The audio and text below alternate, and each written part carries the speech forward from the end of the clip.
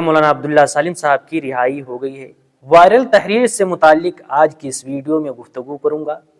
آج کے اس حساس اور نازک وقت میں جب یہ قابل احترام عالم دین مولانا عبداللہ سالم چترویدی صاحب ایک مشکل اور آزمائش بھرے مرحلے سے گزر رہے ہیں، ہم سب پر یہ ذمہ داری عائد ہوتی ہے کہ ہم اپنے رویے میں سنجیدگی، سمجھداری اور احتیاط کو اپنائیں۔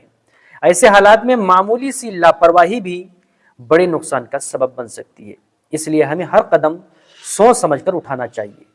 خاص طور پر سوشل میڈیا کے اس دور میں جہاں پر ہر خبر تیزی سے پھیلتی ہے، یہ اور بھی ضروری ہو جاتا ہے کہ ہم ہر بات کو بغیر تحقیق کے آگے نہ بڑھائیں۔ کوئی بھی غیر مصدقہ خبر یا جھوٹی خبر یا تحریر نہ صرف لوگوں کو گمراہ کرتی ہے بلکہ اصل مسئلے کی سنجیدگی کو بھی ختم کر دیتی ہے۔ اس سے نہ صرف سچ دب جاتا ہے بلکہ جو لوگ حقیقت میں کوشش کر رہے ہوتے ہیں ان کی محنت پر بھی منفی اثر پڑتا ہے۔ حال ہی میں سوشل میڈیا پر ایک خبر گردش کر رہی ہے جس میں یہ کہا جا رہا ہے کہ معروف کرکٹر اظہر الدین نے مولانا صاحب کی رہائی میں کردار ادا کیا ہے۔ واضح طور پر یہ خبر بالکل غلط ہے۔ اس تحریر میں دیکھا جا سکتا ہے، بہت زیادہ وائرل ہوئی وہ تحریر، آپ نے بھی کہیں نہ کہیں سے اس کو ضرور پڑھا ہوگا۔ اس میں لکھا ہے کہ مولانا صاحب کو انہوں نے بہت سہارا دیا، جیل گئے، ان کی رہائی کروائی۔ مولانا چل نہیں پا رہے تھے تو انہوں نے اپنے کندھے کا سہارا دیا، اپنی گاڑی میں بٹھائی اور اپنے گھر لے کر کے ان کے گھر پر روانہ کر دیا۔ اس طرح کی مطلب ایک ہوتا ہے جھوٹ اور ایک ہوتا ہے بالکل سفید جھوٹ۔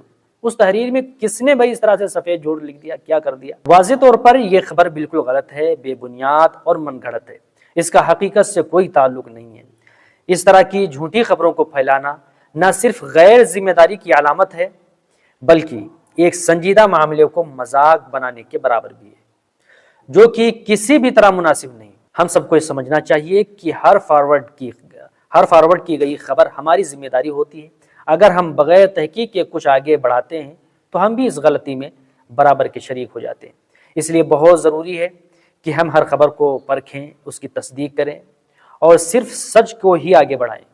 لہٰذا آپ سب سے مؤدبانہ درخواست ہے کہ ایسی کسی بھی افواہ یا جھوٹی خبر یا غیر مصدقہ تحریر کو نہ خود پھیلائیں اور نہ ہی دوسروں تک پہنچائیں۔ اپنے دوستوں اور عزیزوں کو بھی اس بارے میں آگاہ کریں تاکہ ہم سب مل کر اس برائی کو روک سکیں۔ آئیے ہم سب مل کر یہ عہد کریں کہ ہم ہمیشہ سچائی کا ساتھ دیں گے، افواہوں سے دور رہیں گے اور ذمہ داری کا مظاہرہ کریں گے۔